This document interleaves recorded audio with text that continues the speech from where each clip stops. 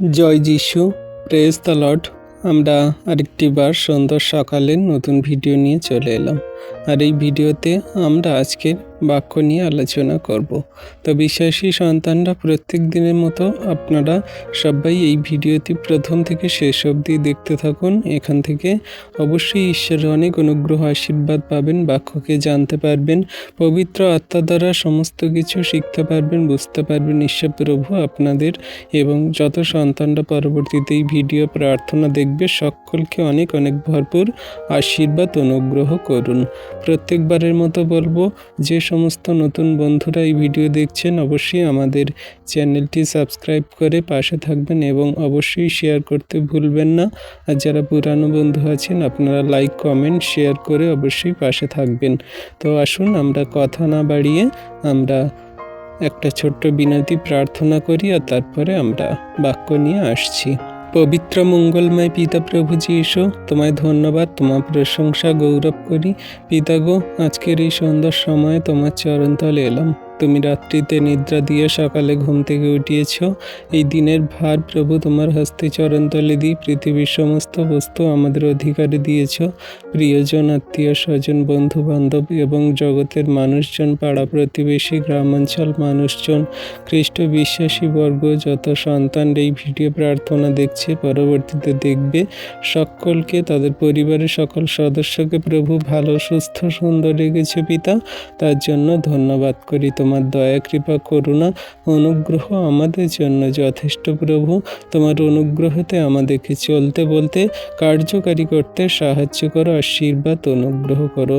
ধন্যবাদ পিতা, পুত্র, পবিত্র আত্মা। ধন্যবাদ প্রভু। পিতা, আমাদের ফোন, মোবাইল, নেটওয়ার্কগুলো তুমি সুরক্ষিত সুন্দর রাখো, যেন কোনো মতে শয়তান, দিয়াবল, মন্দতা কোনো কার্য না করে পিতা। সমস্ত কিছু তুমি খেয়াল রাখো, তুমি সুরক্ষিত রাখো, তুমি রক্ষা করো প্রভু। শয়তান, দিয়াবল, মন্দতা থেকে দূরে রাখো। তোমার হস্তে চরণতলে রাখি প্রভু এই সভাকে, এই সঞ্চালনকে। পিতা, আমার দেহ মন আত্মাকে রাখি। তুমি আমার মুখ দিয়ে, অষ্টাধার দিয়ে কথা বলো। আমি নয়, কিন্তু তুমি নিজে কথা বলো। বাক্য সকল বুঝতে জানতে সাহায্য করো, আশীর্বাদ অনুগ্রহ করো। তোমায় ধন্যবাদ, তোমার প্রশংসা, তোমার গৌরব করি। সকল ধন্যবাদ, প্রশংসা, গৌরব আমাদের উদ্ধারকর্তা, ত্রাণকর্তা, জীবনদাতা, মুক্তিদাতা একমাত্র প্রভু যীশু খ্রিস্টের নামে এই প্রার্থনা বিনতি চাইলাম। তুমি দেখলে, শুনলে আর উত্তরও দিলে। আমেন। তো আসুন বিশ্বাসী সন্তানরা, এবারে আমরা বাক্য দেখব। বাক্য কি বলছে? আমরা আজকের বিষয়টি দেখব জেরুসালেমে দত্ত যিশুর উপদেশ। এই বিষয় নিয়ে আমরা দেখব প্রভু যীশু সেই জেরুসালেমে গিয়ে কেমন তিনি সেই উপদেশ দিয়েছিলেন, কেমন তাদেরকে বলেছিলেন কথা দ্বারা, সেই বিষয় সকল আমরা দেখব। আজকে আমরা পড়ব যোহন 7 অধ্যায়ের 1 পদ থেকে। কি বলছে?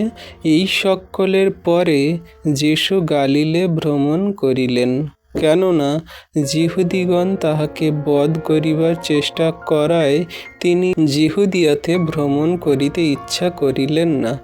এক্ষণে যিহুদিদের কুটিরবাস পর্ব সন্নিকট হইল। অতএব তাহার ভাতৃগণ তাহাকে কহিল, এখান হইতে প্রস্থান করো, যিহুদিয়াতে চলিয়া যাও, যেন তুমি যাহা যাহা করিতেছ তোমার সেই সকল কার্য তোমার শিষ্যরাও দেখিতে পায়। আমেন।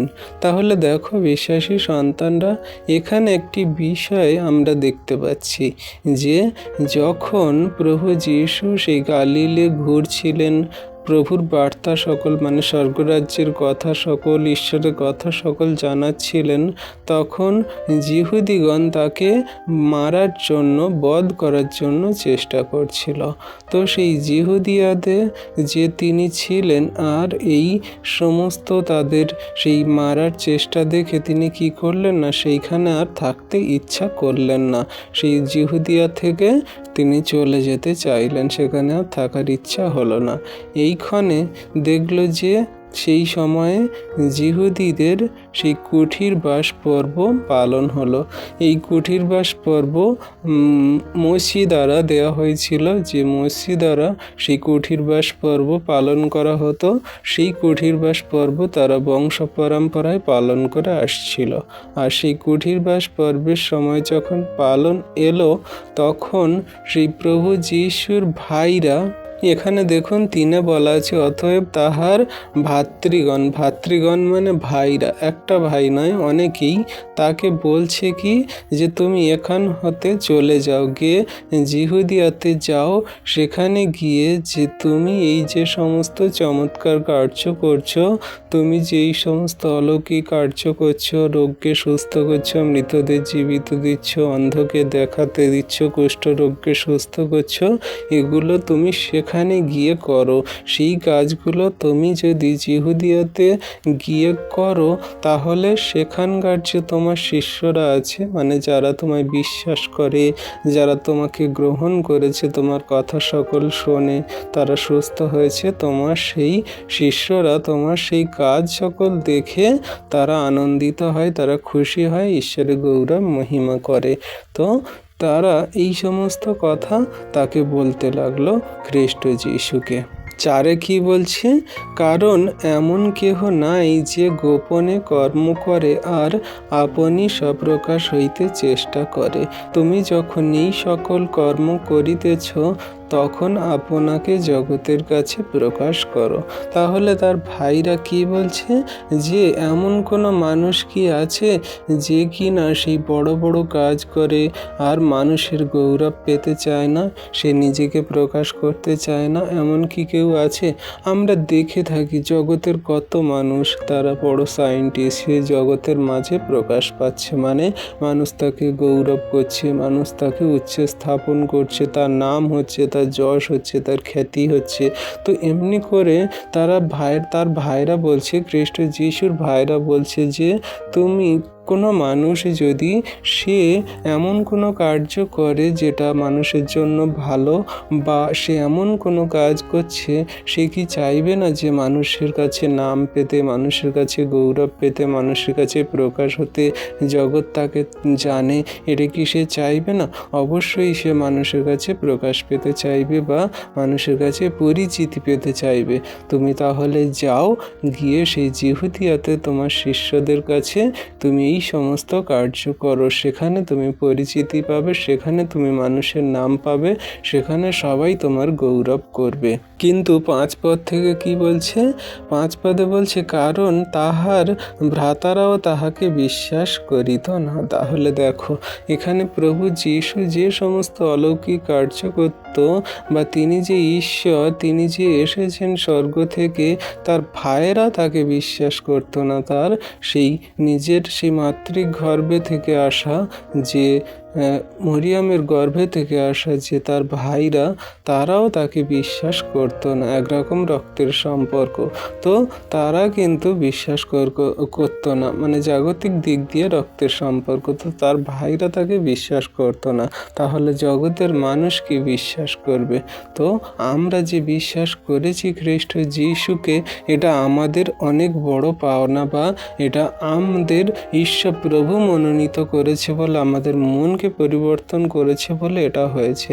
আমরা ঈশ্বর প্রভুকে ধন্যবাদ দিই যে আমাদের মতন জঘন্য নগণ্য পাপীরা আমরা প্রভুকে জানতে পেরেছি, তাকে চিনতে পেরেছি, তাকে বুঝতে পেরেছি, তার বাক্য আজ্ঞার শিক্ষা সকল পালন করছি, আর আমরা তার সত্যের পবিত্রতায় জীবনযাপন করছি। তাই তো তিনি বলেছিল যে আমার মাতা, আমার ভ্রাতা কারাই?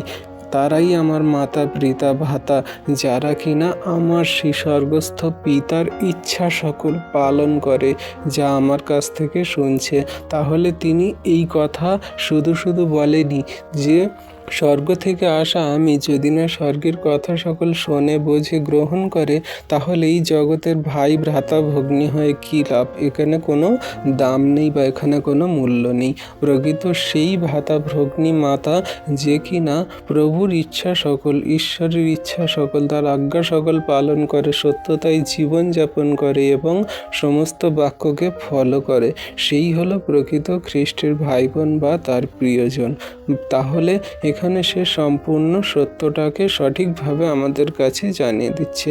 আর পরবর্তীতে আমরা দেখেছি যে তার ভাইয়েরা, মানে প্রভু যিশুর ভাইয়েরা যোহন, যাকব, তারা অনেকেই ছিল যারা কিনা প্রভু মরে যাওয়ার পরে তিনি যখন ক্রুশে চড়ে গেছিলেন তারপরে তারাও সেই মণ্ডলীতে যোগ দিয়েছিল পিতরের সঙ্গে। তো এমনি করে প্রভুর কার্য সকল তারাও করেছিল পরে পরে, কিন্তু এখন এখানে বলছে যে তারাও বিশ্বাস করিত না। তো যখন প্রভু বেঁচে ছিলেন, সুসমাচার বা সেই অলৌকিক কার্য সকল করছিলেন, তখন তার ভাইরা তাকে বিশ্বাস করেনি, কিন্তু পরবর্তীতে তারা করেছিল। তো এমনি করে সেই কথা সকল আমাদের এখানে জানাচ্ছে। আর 6 কি বলছে, তখন যীশু তাহাদিগকে কহিলেন, আমার সময় এখনো আইসে নাই, কিন্তু তোমাদের সময় সর্বদাই উপস্থিত। তাহলে প্রভু যীশু এই কথা দ্বারা তার ভাইদের কি বলছে, যে আমার এখনো সময় আসেনি কিন্তু তোমাদের সময় সর্বদা আছে। তাহলে এটা কি বলতে চাইছে? প্রভু যীশু তার ভাইদের বলছে যে তোমরা জগতের মাঝে আছো, তোমরা মন্দতায় বা তোমরা সাধারণভাবে জীবনযাপন করছো, কোনো মানুষের কাছে সত্য প্রকাশ করছো না বা সঠিকটাকে জানাচ্ছ না, তাই মানুষ সর্বদাই তোমাদের প্রশংসা করে, গৌরব করে, নাম করে, মানুষ তোমাদের সর্বদা আপন করে নেয়, ভালোবাসে। কিন্তু আমি এসেছি জগতের মাঝে সত্যটাকে জানাতে, সঠিকটাকে জানাতে। আমি স্বর্গস্থ পিতার কাছ থেকে এসেছি, আমি সেই স্বর্গের নিগুড় কথা সকল জানাতে। তাই মানুষ আমাকে গ্রহণ করে না, মানুষ আমাকে স্বর্গের বিষয় সকল, স্বর্গের কথা সকল জানতে চাইছে না। আমি এসেছি জগতে যে কারণে, সেই কারণের সময় এখন উপস্থিত হয়নি। আমি তো এসেছি পিতার কথা সকল জানাতে, আর আমি ক্রুশে চড়তে এসেছি। অবশ্যই সবাই আমাকে জানবে, কিন্তু সেই সময় নয় যে সময় তোমরা এখন বলছো।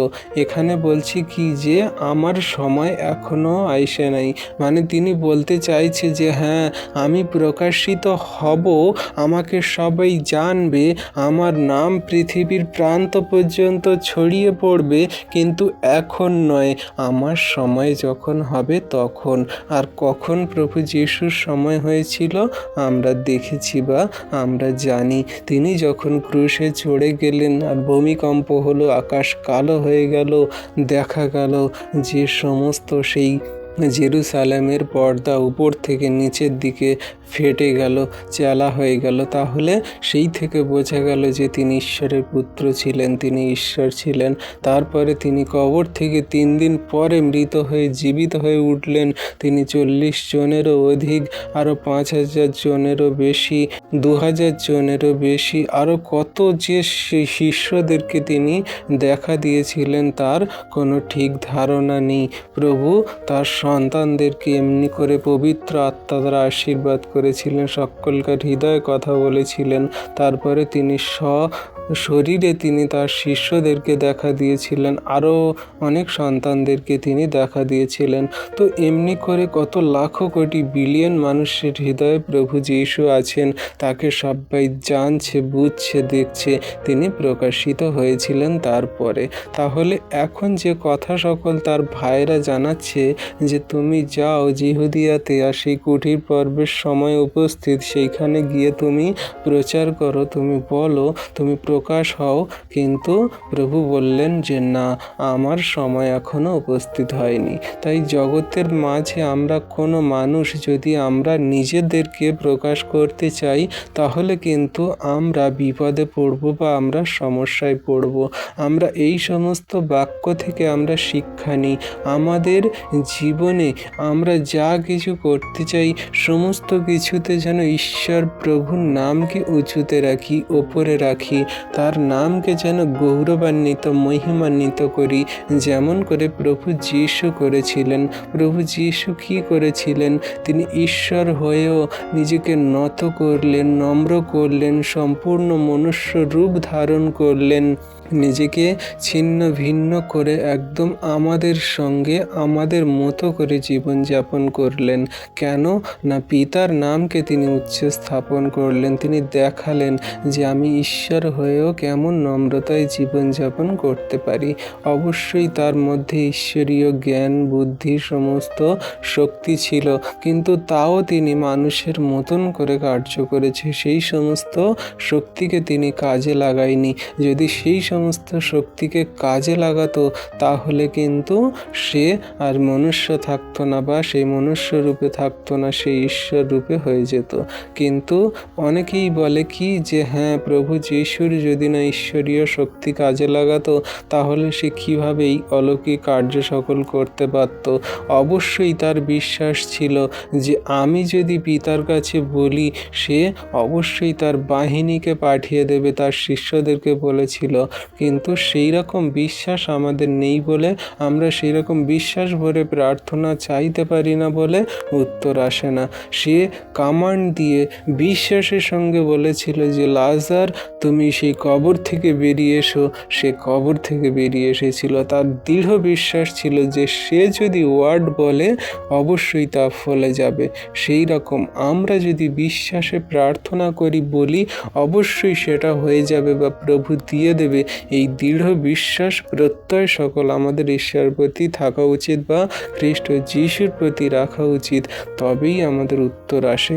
তো সেইভাবে প্রভু যিশু তিনি পিতার নামকে এমনভাবে উচ্চ স্থাপন করেছিলেন যে তিনি তার নামকে বা তিনি তার পরিচয়কে জগতের মাঝে তখন প্রকাশ করতে চায়নি, কিন্তু পরবর্তীতে তিনি জগতের জাতির জাতি মানুষের কাছে বা এখন তিনি আমাদের হৃদয় অন্তরে আত্মায় বাস করছেন। আমরা সর্বদা তার এই নাম গান আরাধনা স্তুতি বাক্য আলোচনা প্রার্থনা এবং সমস্ত পথে আমরা তাকে সামনে রেখেই জীবনযাপন করছি, তার আজ্ঞা শিক্ষা সকল পালন করছি। হালেলুইয়া। আর সাথে কি বলছে? জগৎ তোমাদিগকে ঘৃণা করিতে পারে না, কিন্তু আমাকে ঘৃণা করে, কারণ আমি তাহার বিষয়ে এই সাক্ষ্য দিতেছি যে তাহার কর্ম মন্দ। তাহলে দেখো, জগতের মাঝে সেই সমস্ত মানুষদেরকে ভালোবাসে সমাদর করে যারা কিনা মিথ্যা মন্দতায় পাপে এবং সেই সমস্ত যারা মিথ্যা মন্দতায় জীবনযাপন করছে তাদের ভালো বলে, তাদের ভালোবাসে, তাদের সেই মন্দ কাজগুলোকে উৎসাহ দেয় বা তাদের সেই মন্দ কাজের ভাগীদার হয়, তাদের সঙ্গেও মন্দ কাজ করে।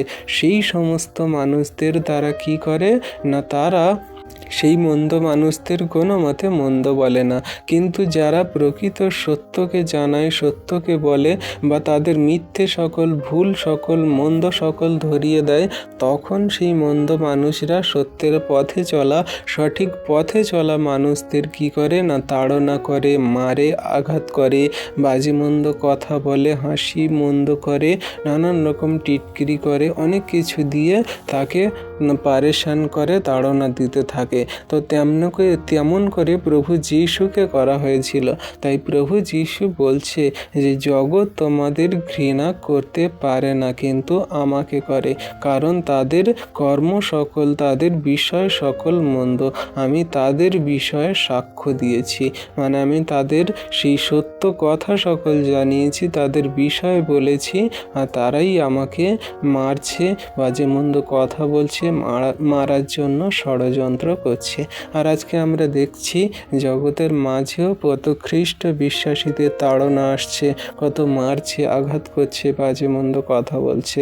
কারণ সেই প্রকৃত খ্রিস্ট বিশ্বাসীরা তারা সত্যকে জানাচ্ছে, সত্যের বিষয় বোঝাচ্ছে, আর তাদের মন্দ কাজ সকল যখন সামনে আসছে, মন্দ কাজের বিষয় যখন বলছে, তারা তখন কি করছে না তাদের সেই মন্দ কাজ প্রযুক্ত প্রকৃত খ্রিস্ট বিশ্বাসী বা সত্যের পথে চলা মানুষদের তাড়না করছে, মারছে। তারা ধর্মের নামে মানুষকে জ্বালিয়ে দিচ্ছে। আমরা দেখেছি সম্প্রতি সেই বাংলাদেশে কি হয়েছে, সেই সন্তানের সঙ্গে সে এমন একটা কথা বলেছে কি বলেনি, বা কোনো রকমভাবে কি আলোচনার বিষয় হয়েছে আমরা প্রকৃত রূপে জানি না, কিন্তু মানুষেরা তাকে বিচার করলো। বিচার করে কি করলো না, তাকে হত্যা করলো, গাছে টাঙিয়ে মারলো। তাহলে এমনি করে মানুষের বিচার, যেটা সত্যকে জানালে বা সে সঠিকভাবে কথা বললে তার সঙ্গে এইরকমই হয়। তো এই সমস্ত জগতের মানুষরা, মন্দ কাজকারী মানুষরা, তাদের সেই মন্দ কাজ সকল যখন বাইরে আসে বা তাদের সঙ্গে যখন মন্দ কাজ করা হয়, তাদের কিন্তু কোনো অসুবিধা হয় না। কিন্তু যখন সত্যকে জানানো হয়, তাদের থেকে আলাদা হওয়া হয় বা তাদেরকে সত্যকে চোখে আঙুল দিয়ে দেখানো হয়, তখন তাদের সেই মন্দ কাজ সকল সামনে চলে আসা, তারা বিরক্তি করে, তারা বিরক্ত হয়ে যায় আর তাদের সমস্যা হয়। তখন তারা তাড়না সমস্যা করতে থাকে সেই সমস্ত প্রকৃত সত্য মানুষদের। তো এমনি করে এখন হচ্ছে, আর আগেও হয়েছিল প্রভুর সঙ্গে। তো সেই কথা সকল এখানে বলছে। আর 8 কি বলছে, তোমরা এই পর্বে যাও, আমি এখনো এই পর্বে যাইতেছি না, কেননা আমার সময় এখনো সম্পূর্ণ হয় নাই। তাহলে প্রভু যীশু তার ভাইদেরকে বলছে যে তোমরা যাও পর্বে, আমি এখন যাচ্ছি না, কিন্তু পরবর্তীতে যাব। প্রভু এখন যাচ্ছে না, এই মুহূর্তে যাচ্ছে না, কিন্তু তার ঠিক সময়ে তিনি যাবেন, কেননা আমার সময় সম্পূর্ণ হয়নি। তো তার যখন সময় সম্পূর্ণ হয়ে যাবে, তিনি ঠিক সময়ে ঠিক জায়গায় পৌঁছে যাবেন, কারণ তিনি ঈশ্বর, তার ঈশ্বরীয় শক্তি আছে। তিনি চাইলে এক জায়গায় এক মুহূর্তে তিনি পৃথিবীর প্রত্যেকটি কোণায় প্রত্যেকটি মানুষের কাছে প্রকাশ করতে পারেন, কিন্তু তার যখন সময় হবে, যেখানে যাওয়া দরকার প্রয়োজন, যেখানে তার থাকা উচিত, ঠিক সময়ে তিনি পৌঁছে যাবেন। তিনি ঠিক সময়ে সমস্ত কিছু করে থাকেন।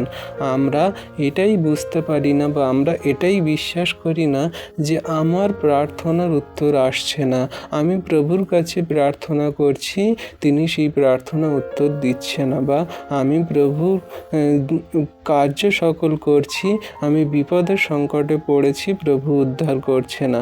কিন্তু আমরা যে প্রভুর উপরে প্রকৃত রূপে বিশ্বাস করছি কিনা সেটাও সম্পূর্ণ ঠিক নয়, কারণ প্রভু যীশু এই বাক্যে বলে দিচ্ছে যে তোমরা পর্বে যাও, আমি যাচ্ছি না, কেননা আমার সময় এখনো সম্পূর্ণ হয়নি। তাহলে এই কথা দিয়ে বলছে যে তার যখন সময় সম্পূর্ণ হবে, ঠিক সময়ে তিনি ঠিক জায়গায় পৌঁছে যাবেন।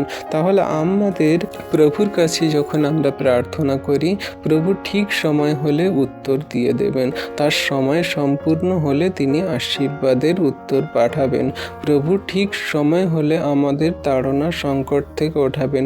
প্রভুর ঠিক সময় হলে তিনি তার সময়কে সম্পূর্ণ করলে আমাদের সমস্ত কিছু চাওয়া পাওয়া সমস্ত কিছুই পূরণ করবেন। এটা প্রভুর উপরে ছেড়ে দিন, তিনি ঠিক সময়কে সম্পূর্ণভাবেই পূরণ করেন। আর এখানে তিনি বলছে, দেখো সময়টাকে হাইলাইট করুন, সময়টাকে তিনি গুরুত্ব দেয়, কারণ তিনি সময়ের ঊর্ধ্বে, তিনি সময়কে নির্মাণ করেছেন, তিনি সময়ের নির্মাণকর্তা। তাই যে সময়কে নির্মাণ করেছেন, তিনি সময়ের গুরুত্ব দেন। তিনি জানেন যে কোন সময়ে কখন আমার সন্তানদের কোনটা প্রয়োজন আমার দিতে হবে, তো তিনি সময়কে গুরুত্ব দেন। তাই তো তিনি সময়ে সময়ে সমস্ত কার্য সকল করেছেন।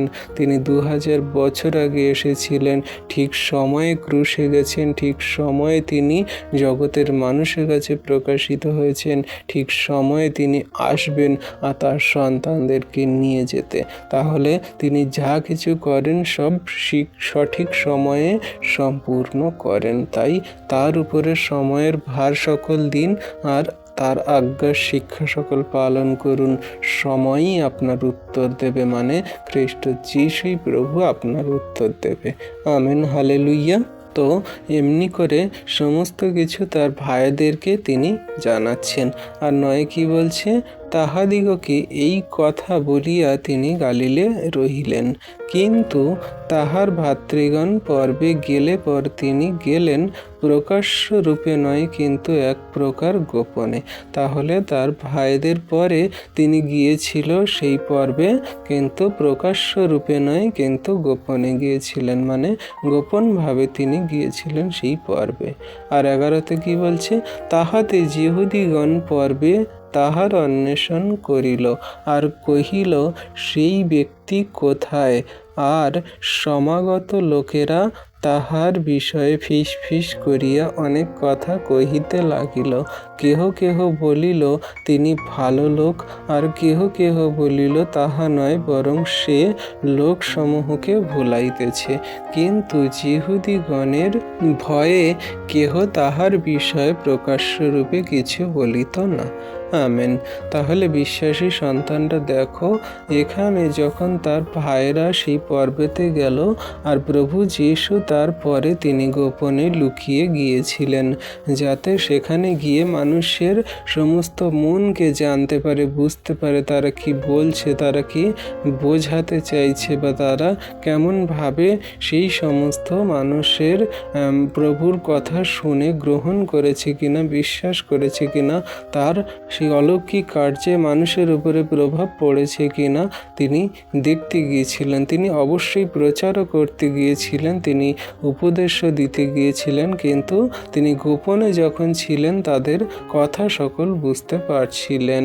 আর আমরা জানি কোনো মানুষ গোপন কখন করে? যখন তার সেই জানা অজানা কথা সকল জানতে চায় বা বুঝতে চায়, যখন সে নিজেকে সিক্রেট রাখতে চায়, সে তখন এইরকমভাবে গোপন করে রাখে, বা সে নিজেকে লুকিয়ে রাখে একরকম। তো এমনিভাবে তিনি গোপনে গেলেন, আর তাদের সমস্ত মনের কথা সকল প্রকাশ পেল। তারা বুঝতে পারল যে সেই মানুষটার গুরুত্ব, সেই মানুষটা এখানে নেই, তার কথা সকল প্রচারিত হচ্ছে, বা তার কথা সকল ফিসফিস করে মানুষরা বলছে। তখন সেই সমস্ত মানুষরা বুঝতে পারল, যারা কিনা সেই প্রভু যীশুকে তাড়না করত, বাজে মন্দ কথা বলতো, সেই যিহুদিগণ, তারা বুঝতে পারলো যে এরা তাকে ভালোবাসতে শুরু করেছে, এরা তাকে বিশ্বাস করতে শুরু করেছে। কেউ কেউ বলছে এ ভালো লোক ছিল, ভালো আচরণ ব্যবহার দ্বারা কথা বলতো, এমনভাবে স্বর্গের বিষয়ে কথা বলতো, তাদের ভালো লাগতো, তাদের আহার দিত, তাদের রোগ সুস্থ করতো। তো এক একজন মানুষ এক এক রকম কথা বলে তাকে বলতে লাগলো। কেউ বলল, না, এ ভালো মানুষ নয়, এ মানুষকে ভোলাচ্ছে, মিথ্যা কথা বলছে, বা মানুষকে ধর্ম পরিবর্তন করাচ্ছে, বা আমাদের সেই যিহুদি কালচার বা আমাদের যে সমস্ত পিতৃপুরুষদের সমস্ত ব্যবস্থা, সেগুলোকে সে ভুল প্রমাণিত করছে, বা সেগুলোকে তিনি বন্ধ করে তার কথা সকল তিনি ঈশ্বর করে তুলছে। এমনি করে তারা অনেক রকমভাবে তারা কথা বলতে লাগলো। কিন্তু যিহুদিদের ভয়ে সেই সমস্ত মানুষরা যারা প্রকৃত খ্রিস্ট যিশুকে বিশ্বাস করত, বা তার কথা সকল শুনে তারা অনুপ্রাণিত হয়েছিল, তার চরণতলে আসছিল, তাদের কিনা প্রকাশ্য রূপে কিন্তু কিছু বলল না, বা তারা প্রকাশ্য রূপে কোনো কিছু দেখালো না বা করলো না। তো এমনিভাবে সেই সমস্ত মানুষরা যারা কিনা সেইখানে গিয়েছিল কুঠির পর্বতে, আর তার কথা সকল শোনার জন্য বা তাকে দেখার জন্য তারা এক এক রকম এক একজন কথা বলতে লাগলো।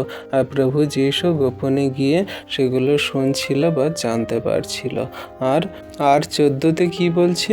পর্বের মধ্যে সময়ে যীশু ধর্মধামে গেলেন এবং উপদেশ দিতে লাগিলেন। তাহাতে যিহুদিরা আশ্চর্য জ্ঞান করিয়া কহিল, এই ব্যক্তি শিক্ষা না করিয়া কি প্রকারে শাস্ত্রজ্ঞ হইয়া উঠিল। তাহলে দেখো, যখন সেই পর্বের সময় হলো, পর্বের মধ্য সময়ে যখন ঠিক মাঝের সময়, মধ্যের সময় যখন ঠিক উপস্থিত যে হ্যাঁ এই সময় এবারে আমার কথা সকল বলা উচিত, মানে পিতা ঈশ্বর প্রভুর কথা সকল বলা উচিত, স্বর্গের বিষয়ে বলা উচিত, তখন প্রভু যীশু কি করলেন না ধর্মধামে গিয়ে উঠলেন আর উপদেশ দিতে শুরু করলেন। আর তাহাতে যখন সেই উপদেশ দিতে শুরু করলো তখন সেই যিহুদিরা, সেই ধর্মগুরুরা তারা আশ্চর্য জ্ঞান করলো, কি কোথায় ছিল, হঠাৎ মাত্র চলে এলো, এসে উপদেশ দিচ্ছে। আর এই ব্যক্তি এমন শিক্ষার উপদেশ দিচ্ছে যে শিক্ষার বুদ্ধি বা যে সমস্ত যুক্তিসঙ্গত কথা সকল তাদের কাছেই ছিল না, তারা জানতই না বা তাদের সেই বোধগম্য ছিল না। তাই তারা আশ্চর্য হয়ে বলছে যে এই ব্যক্তি কি করে না কিছু জেনে শিখে সে কিভাবে শাস্ত্রজ্ঞ হয়ে উঠল, সেই সমস্ত যে কথা, স্বর্গের বিষয়ের কথা বা নিগূঢ় তত্ত্ব বিষয়ের কথা সে কিভাবে উপদেশ দ্বারা আমাদের কাছে শিক্ষা দিচ্ছে। তো সেই সমস্ত মানুষরা তারা কিন্তু আশ্চর্য হয়ে গিয়েছিল যে এই ব্যক্তি শিক্ষা না করে, কারোর কাছ থেকে না শিখে সে কিভাবে এই সমস্ত অলৌকিক কার্য বা শিক্ষা সকল দেয় বা করলো, শাস্ত্রজ্ঞ হয়ে উঠেছে। শাস্ত্রজ্ঞ কথার অর্থ হলো শাস্ত্রের বিষয়ে জ্ঞান রাখা, শাস্ত্রের বিষয়ে সমস্ত নিগূঢ় তত্ত্ব সকল বলা। তো প্রভু যীশু কিভাবে এই সমস্ত করতে পারছে সে না শিক্ষা করে।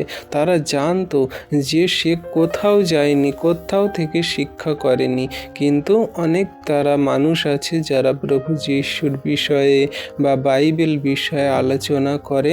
অনেক ধর্ম, কাল্ট, ডিনোমিনেশনের মানুষগুলো তারা কি বলে না, তারা বলে প্রভু যীশু তিনি ব্যাপ্তিস্ম নেওয়ার পরে তিনি চলে গিয়েছিলেন সেই 40 দিন, যখন তিনি সেই অনাহারে ছিলেন বা তিনি যখন জঙ্গলে ছিলেন, তিনি কোনো সাধু সন্তর কাছ থেকে বা কোনো ধর্মগুরুর কাছ থেকে শিক্ষা করেছিলেন। শিক্ষা করে এসে তারপরে জগতের মাঝে তিনি বলেছিলেন। কিন্তু দেখো এইখানে সম্পূর্ণরূপে জানিয়ে দিচ্ছে যে এ ব্যক্তি শিক্ষা না করিয়া কি প্রকারে শাস্ত্রজ্ঞ হইয়া উঠিল। সে জানে, তারা সবাই জানতো যে এ আমাদের সঙ্গে ছিল, এ কোথাও থেকে শিক্ষা করেনি, কোনো ব্যক্তির কাছ থেকে সে শিক্ষা করেনি, সম্পূর্ণরূপে এ কিন্তু বিনা শিক্ষাতেই এমন করে বলছে বা শাস্ত্রজ্ঞ হয়ে উঠেছে, শাস্ত্রের বিষয়ে সমস্ত জ্ঞানের কথা বলছে। তো তারা জানতো, জেনে শুনেই এই সমস্ত কথা বলছিল। আর সব থেকে আশ্চর্যের বিষয় ছিল যে সে তাদের সঙ্গে ছিল কিন্তু কোনো রকম কোথাও যায়নি, কিন্তু এই সমস্ত অলৌকিক কার্য করছে, শাস্ত্রীয় কথা সকল বলছে। তখন তারা আশ্চর্য জ্ঞান করেছিল।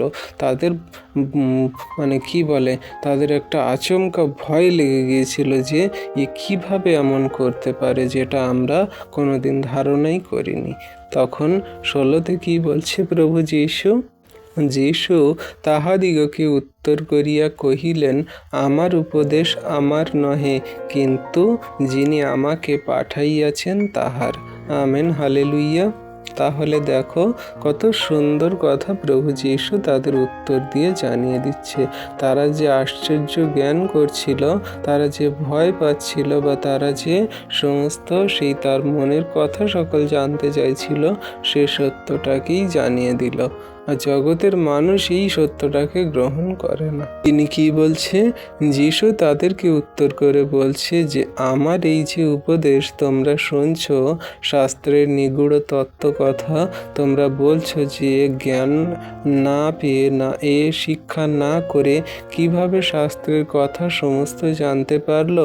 এই যে উপদেশ, এই উপদেশ আমার নয়, কিন্তু যিনি আমাকে পাঠিয়েছেন তার, মানে স্বর্গস্থ পিতা ঈশ্বরের, যিনি আমাকে পাঠিয়েছেন। তো তোমরা আমার কথা শোনো, বিশ্বাস করো, স্বর্গ থেকে আমি এসেছি, তিনি আমাকে সমস্ত স্বর্গের বিষয়ে জানাচ্ছেন, আর আমি সেই কথা সকল তোমাদের কাছে সত্যরূপে জানাচ্ছি বলছি। কোনো মানুষ আমাকে শিক্ষা দেয়নি, বা আমি কোনো মানুষের কাছ থেকে শিক্ষা করিনি, বা এটা আমার নিজেরও কোনো কথা নয়। তিনি বলছেন যে তোমরা এই যে সমস্ত, এটা আমার কোনো উপদেশ নয় যে আমি তোমাদের বলছি বলে, এটা কোনো আমার উপদেশ না, খ্রিস্টের উপদেশ কোনো কিছু নয়, পিতা ঈশ্বরের যা তিনি বলেছিলেন। তো সেই কথা তিনি বলছেন যে আমার কোনো কথা নয়, কিন্তু আমাকে যে পাঠিয়েছে তার কথা। 17তে কি বলছে? যদি কেহ তাহার ইচ্ছা পালন করিতে ইচ্ছা করে, সে এই উপদেশের বিষয়ে জানিতে পারিবে, ইহা ঈশ্বর হইতে হইয়াছে, না আমি আপনা হইতে বলি। তাহলে দেখো বিশ্বাসী সন্তানরা, খ্রিস্ট যিশু যা কিছু বাইবেলে শিক্ষা দিয়ে গেছে, যা কিছু সেই শাস্ত্র বিষয়ে কথা বলে গেছে, যদি কোনো মানুষ সেই তার ইচ্ছা সকল পালন করে, তার বাক্য আজ্ঞা শিক্ষা সকল পালন করে, তাহলে সে স্পষ্ট রূপেই কিন্তু এই উপদেশের বিষয়ে জানতে পারবে, এর আগে কিন্তু নয়। তাহলে এখানে স্পষ্ট রূপেই প্রভু যীশু তিনি বলেই দিয়েছে যে জগতের মাঝে যত জাতির ভেদের মানুষ আছে, তারা যদি এই বাইবেল বিষয়ে জানতে চায়, এই শাস্ত্র বিষয়ে জানতে চায়, বা এই শাস্ত্রের জ্ঞান বিষয়ে জানতে চায়, আমাকে জানতে চায়, আমার বাক্য বিষয়ে জানতে চায়, তাহলে তার আগে কিন্তু এই বিষয়ে তাকে বিশ্বাস করতে হবে, তার এই ইচ্ছাকে পালন করতে হবে, ঈশ্বরের ইচ্ছাকে পালন করতে হবে, ঈশ্বরকে বিশ্বাস করতে হবে। যদি তার ইচ্ছাকে পালন করে, যদি তাকে বিশ্বাস করে, তবেই কিন্তু জানতে পারবে। আর এটাই হলো প্রভু যিশুর গুরুত্ব, এটাই হলো তার সিক্রেট, এটাই হলো তার সেই মাহাত্ম্য বা তার মহিমা। যে কেউ তার চরণতলে আসে, সে তার হয়ে যায়, তার অমূল্য রক্তে শুচি হয়ে যায়, ধৌত হয়ে যায়, পবিত্র হয়ে যায়। তিনি তাকে নিজের মতো করে গড়ে নেয়, তার সমস্ত স্বর্গের নিগূঢ় তত্ত্ব সকল তাকে জানতে দেয়। তার আগে কেউ জানতে পারবে না, না, না। কারণ প্রভু তিনি সেই সমুদ্রের থেকেও তিনি সেই বিশ্ব জুড়ে বিস্তৃত। তার সমস্ত মহিমা যদি জানতে চাও, তাহলে তাকে বিশ্বাস করতে হবে। আর ধীরে ধীরে তিনি সমস্ত কিছু, তার মহিমার কথা তিনি ধীরে ধীরে করে তোমাদেরকে জানাবেন সেই পবিত্র আত্মা দ্বারা। তাই বলছে কি, যদি কেহ তাহার ইচ্ছা পালন করিতে ইচ্ছা করে, সে এই উপদেশের বিষয়ে জানতে পারবে। তাহলে ঈশ্বরের ইচ্ছাকে পালন করুন, তার আজ্ঞাকে পালন করুন, তাকে প্রেম করুন, বিশ্বাস করুন। তারপরে গিয়ে ঈশ্বর প্রভু যা উপদেশ দিয়েছে, খ্রিস্ট যিশু যা কথা বলেছে, সেগুলো তিনি জানাবেন বা আপনি জানতে পারবেন। এটা ঈশ্বর হইতে হয়েছে, না মানুষ দ্বারা হয়েছে। তো অবশ্যই আপনি সত্যকে জানতে পারবেন যখন সত্যের কাছে আসবেন।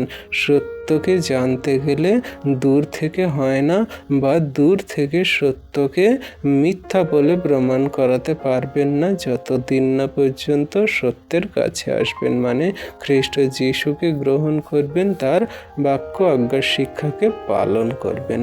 Amen, hallelujah. তাহলে এমনি করে তিনি সমস্ত সত্যকে সুন্দর রূপে আমাদের এখানে জানিয়ে দিচ্ছে।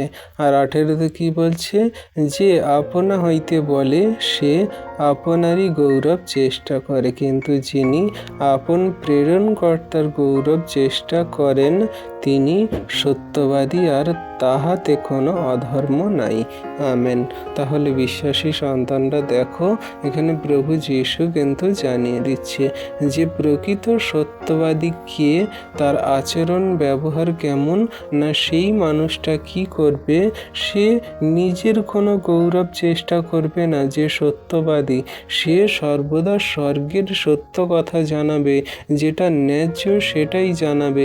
মানুষ তাকে মারুক, গালাগালি করুক, কাটুক, মানুষ তাকে জেলে ভরুক, নানান রকমভাবে মিথ্যা মন্দতা কথা বলে তাকে দমিয়ে রাখার চেষ্টা করুক, যাই করুক, সে কিন্তু সত্য কথাই বলবে।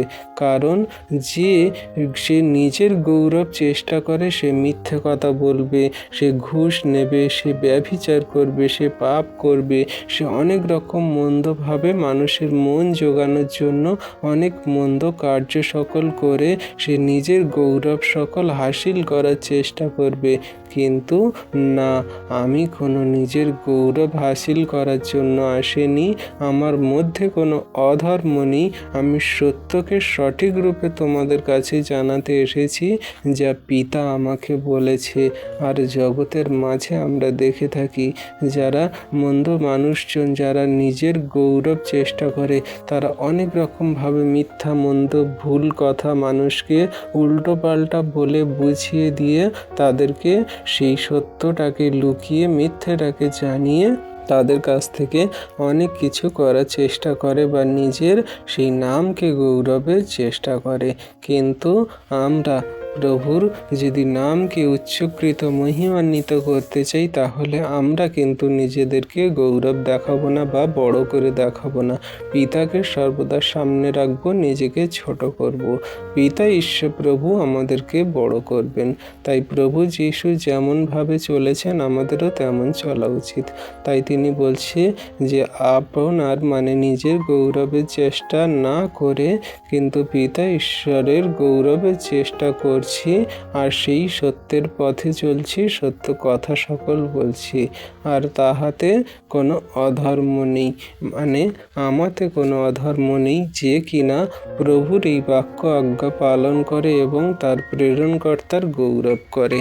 তাহলে বিশ্বাসী সন্তানরা, আমরা যদি প্রেরণকর্তার সমস্ত আজ্ঞার শিক্ষা সকল পালন করি, আমরা যদি তাকে উচ্চে স্থাপন করি, তার নামকে যদি গৌরবান্বিত মহিমান্বিত করি, তাহলে আমাদের মধ্যেও কোনো অধর্ম নেই, আমরা কোনো অধর্মে চলছি না।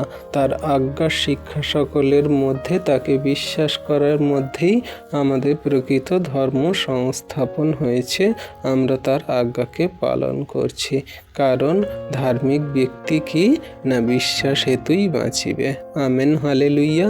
তাহলে আমরা যখন সেই খ্রিস্ট যিশুর উপরে বিশ্বাস করেছি, তাহলে আমরা বাঁচব। এই পুরনো মনুষ্যত্ব জীবনে নয়, কিন্তু তিনি আমাদের স্বর্গরাজ্যে বাঁচিয়ে রাখবেন অনন্তকাল অবধি। তাই বিশ্বাসী সন্তানরা, এই সমস্ত বাক্য আপনাদের জন্য, আমাদের জন্য, যত খ্রিস্ট বিশ্বাসী সন্তানরা প্রভুর চরণতলে এসেছি, আমাদের সকলকার জন্য। আমরা এই বাক্য সকলকে যেন সঠিক রূপে কার্যকারী পালন করে চলি এবং তার আজ্ঞার শিক্ষা সকল সঠিক রূপে চলি। কোনো মানুষের মন্দতায় নয়, কোনো ভয় সংকোচে নয়, কিন্তু সর্বদা প্রভু যিশুর আজ্ঞার শিক্ষা সকল সঠিক রূপে কার্যকারী পালন করে চলব। পিতা ঈশ্বরের নামকে গৌরবান্বিত মহিমান্বিত করব, প্রভু যিশুকে সামনে রেখে জীবনযাপন করব। আর তিনি ঠিক সময়ে আমাদের উত্তর দেবেন, আশীর্বাদ অনুগ্রহ করবেন। আজকের এই পর্যন্ত বাক্য দিয়ে প্রভু সকলকে আশীর্বাদ করুন। ঈশ্বর প্রভু আপন বাক্যে সকলকে আশীর্বাদ করুন। আমেন।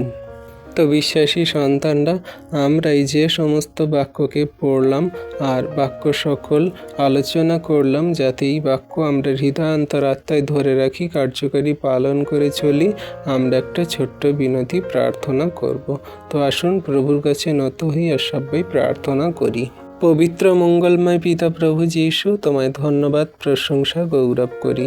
পিতা গো, তুমি যে সুন্দর মধুর বাক্য দিয়ে আমাদের আশীর্বাদ অনুগ্রহ করলে, এই বাক্য সকল যেন হৃদয় অন্তরাত্মায় ধরে রাখতে পারি, কার্যকারী পালনকারী হতে পারি, তুমি সেই অনুগ্রহ দান করো।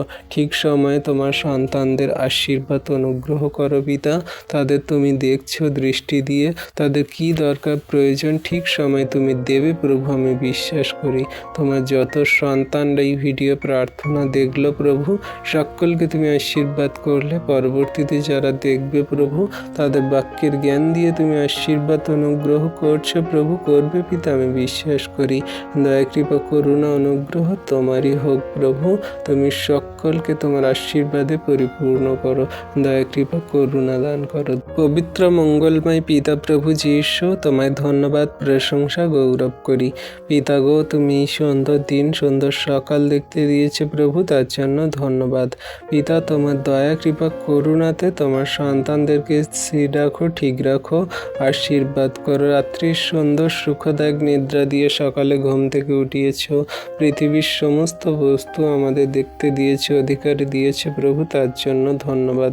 প্রিয়জন, ফ্যামিলিজন, সমগ্র খ্রিস্ট বিশ্বাসী এবং পাড়া প্রতিবেশী, গ্রামাঞ্চল মানুষ, এই সমস্ত বিশ্বাসী বর্গ সন্তানরা যারা ভিডিও প্রার্থনা দেখছে, সকলকে তুমি ভালো সুস্থ সুন্দর রেখেছে প্রভু, তার জন্য ধন্যবাদ। তোমার দয়া কৃপা করুণা অনুগ্রহের ছায়াতে সন্তানদেরকে রাখো প্রভু। কত সন্তানরা সে অসহায় দরিদ্র অবস্থায় জীবনযাপন করছে, তুমি তাদের পাশে দাঁড়াও, কারণ তুমি তোমার বাক্যে বলো কি যে, হে পরিশ্রান্ত ভারাক্রান্ত লোক সকল আমার নিকটে এসো, আমি তোমাদের বিশ্রাম দেব। প্রভু, সেই সমস্ত মানুষরা যারা দুঃখে কষ্টে ব্যথা বেদনায় জর্জরিত, যাদের জীবন দুর্বিষহ হয়ে উঠেছে, তাদেরকে তুমি শান্তি প্রদান করো, তাদের জীবনে মহিমা করো, তোমার বাক্য তাদের কাছে দাও প্রভু। জগৎ বড় মন্দ, মানুষ কত মন্দ হয়ে গেছে, মানুষ মানুষকে হত্যা করছে, মারছে, আঘাত করছে, গাছে টাঙিয়ে দিচ্ছে, মানুষ মানুষকে জ্বালিয়ে দিচ্ছে, কত রকম ভাবে প্রভু মানুষ মানুষের তাড়না করছে। পিতা, তুমি সেই সমস্ত মন্দ মানুষদের পাপ থেকে ফেরাও, তোমার চরণ তলে আনো, সবাই যেন তোমায় জানে বোঝে বিশ্বাস করে সত্যের পথে চলে প্রভু, তোমার প্রেমের পথে চলে প্রভু। তুমি দয়া করো, কৃপা করুণা করো। মানুষের মন থেকে হিংসা, ক্রোধ, লোভ, মন্দতাগুলো তুমি দূর করো, যেন কোনো মানুষ মন্দতায় না পাপে না জীবনযাপন করে। সকলকে ধার্মিকতা দান করো, তুমি আশীর্বাদ অনুগ্রহ করো। তোমার চরণ তলে প্রভু তোমার সন্তানদেরকে রাখি, আশীর্বাদে অনুগ্রহে পরিপূর্ণ করো পিতা গো। হ্যাঁ প্রভু গো, তোমার দয়া কৃপা করুণাতে তোমার সন্তানদেরকে স্থির রাখো, ঠিক রাখো, তোমার আজ্ঞা শিক্ষা সকল সঠিক রূপে কার্যকারী পালন করে চলতে সাহায্য করো প্রভু। কত মানুষজন তারা প্রত্যেক দিন যাতায়াত করছে, তুমি তাদের সুরক্ষিতভাবে গন্তব্যে পৌঁছাতে সাহায্য করো, তুমি আশীর্বাদ করো। সমগ্র খ্রিস্ট বিশ্বাসী জগন্নিবাসীকে, যারা তোমায় বোঝে না, জানে না, বোঝে না, বাজে মন্দ কথা বলে, তারাও যেন তোমার অনুগ্রহ পায়, সুন্দরভাবে যাতায়াত করতে পারে। কোনো দুর্ঘটনা, বিপদ, অ্যাক্সিডেন্ট দ্বারা যেন কোনো মানুষের প্রাণহানি হয় প্রভু গো। কত যানবাহন চলছে, সমস্তগুলোকে তুমি নিয়ন্ত্রণ করো, তুমি আশীর্বাদ অনুগ্রহ করো। সারাদিনের ভার প্রভু তোমার হস্তে চরণতলে দিই, সকলকে সুন্দরভাবে রাখো। প্রিয়জন, ফ্যামিলিজন এবং সমগ্র জাতি মানুষ খ্রিস্ট বিশ্বাসীদেরকে ভালো সুস্থ সুন্দর রাখো, আশীর্বাদ অনুগ্রহ করো। ধন্যবাদ প্রভু যীশু, ধন্যবাদ পিতা পুত্র পবিত্র আত্মা। তোমার চরণতলে দিয়ে আমরা এই বিনতি প্রার্থনা সকল রাখলাম প্রভু, তুমি অনুগ্রহ করে আশীর্বাদ করো, দয়া কৃপা করুণা করো। সকল ধন্যবাদ প্রশংসা গৌরব আমাদের উদ্ধারকর্তা, ত্রাণকর্তা, জীবনদাতা, মুক্তিদাতা যীশু খ্রিস্টের পবিত্র মধুর নামে এই বিনতি প্রার্থনা চাইলাম প্রভু। তুমি দেখলে, শুনলে আর আমাদের প্রার্থনা হ্যাঁ আমেন বলে উত্তর দিলে। আমেন।